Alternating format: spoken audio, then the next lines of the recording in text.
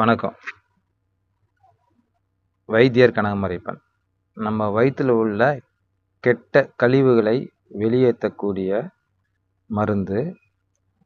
கெட்ட கழிவுகள்னால் நம்ம அன்றாடம் நம்ம சாப்பிடக்கூடிய அந்த உணவுகளை சின்ன சின்ன கல், சில பேருக்கு எப்படின்னா அவங்களே அறியாமல் முடி, ஒரு குழந்தைங்க வந்து மண்ணில் விளையாடுது, அப்படியே கை கழுவாமல் வாயில் வச்சு அந்த கிருமிகள்லாம் கொஞ்சம் வெளியேற உள்ளுக்குள்ளே குடலில் வந்து இன்ஃபெக்ஷன் மாதிரி சேர்ந்துடும். அதாவது இன்ஃபெக்ஷன்னா நம்ம அந்த கல், தூசி, மண் ஒரு பக்கம் வந்து ஒதுங்கிடும் அந்த குடலில். அந்த குடல்லேருந்து ஒரு பக்கம் அந்த ஒதுங்கின கழிவுகளை மலம் மூலிமா வெளியேற்றக்கூடிய மருந்து தான் இப்போ நான் சொல்ல போகிறேன். ஒன்றுமே இல்லை, சின்ன விஷயந்தான். இது வந்து மாதத்தில் ஒரு தடவை இந்த மாதிரி நம்ம சாப்பிட்டா போதும். நல்லா நம்ம வயிறு வந்து அற்புதமாக க்ளீன் ஆகி மோஷன் மூலிமா மலம் மூலிமா வெளியேறிடும்.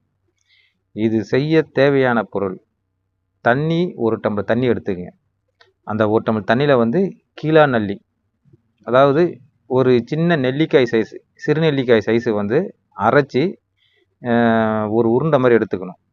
இதை வந்து அரைக்காமல் போடக்கூடாது, இலையோடு அப்படியே போடக்கூடாது. அரைச்சி ஒரு சின்ன நெல்லிக்காய் சைஸு அளவில் வந்து நம்ம எடுத்துக்கிட்டு அந்த 1 டம்ளர் தண்ணியில் போட்டு இதை வந்து அந்த அரைச்ச மருந்தை வந்து கொதிக்க வைக்கணும்.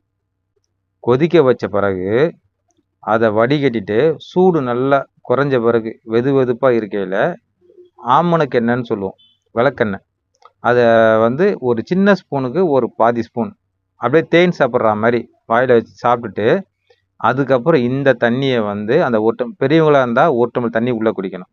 சின்னவங்களாக இருந்தால் ஒரு 1/4 டம்ளர் தண்ணி உள்ளே குடித்தா போதும். அதேமாரி ஆமணக்கு எண்ணெய் வந்து ஒரு 1/4 ஸ்பூன் சாப்பிட்டுட்டு அந்த தண்ணியை வந்து உள்ளே குடிக்கணும்.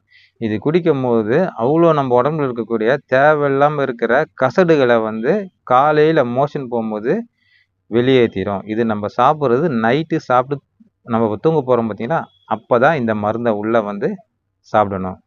இது வந்து மாதத்தில் ஒரு தடவை சாப்பிட்டா போதும். என்னோடய சேனலை சப்ஸ்கிரைப் பண்ணாதவங்க சப்ஸ்கிரைப் பண்ணுங்கள். இந்த மாதிரி ஒரு அற்புதமான விஷயங்களை நான் வந்து வீடியோ மூலிமா உங்களுக்கு மக்களுக்கு தெரிவிக்க மறக்காமல் சேனலை சப்ஸ்கிரைப் பண்ணிங்க. வணக்கம்.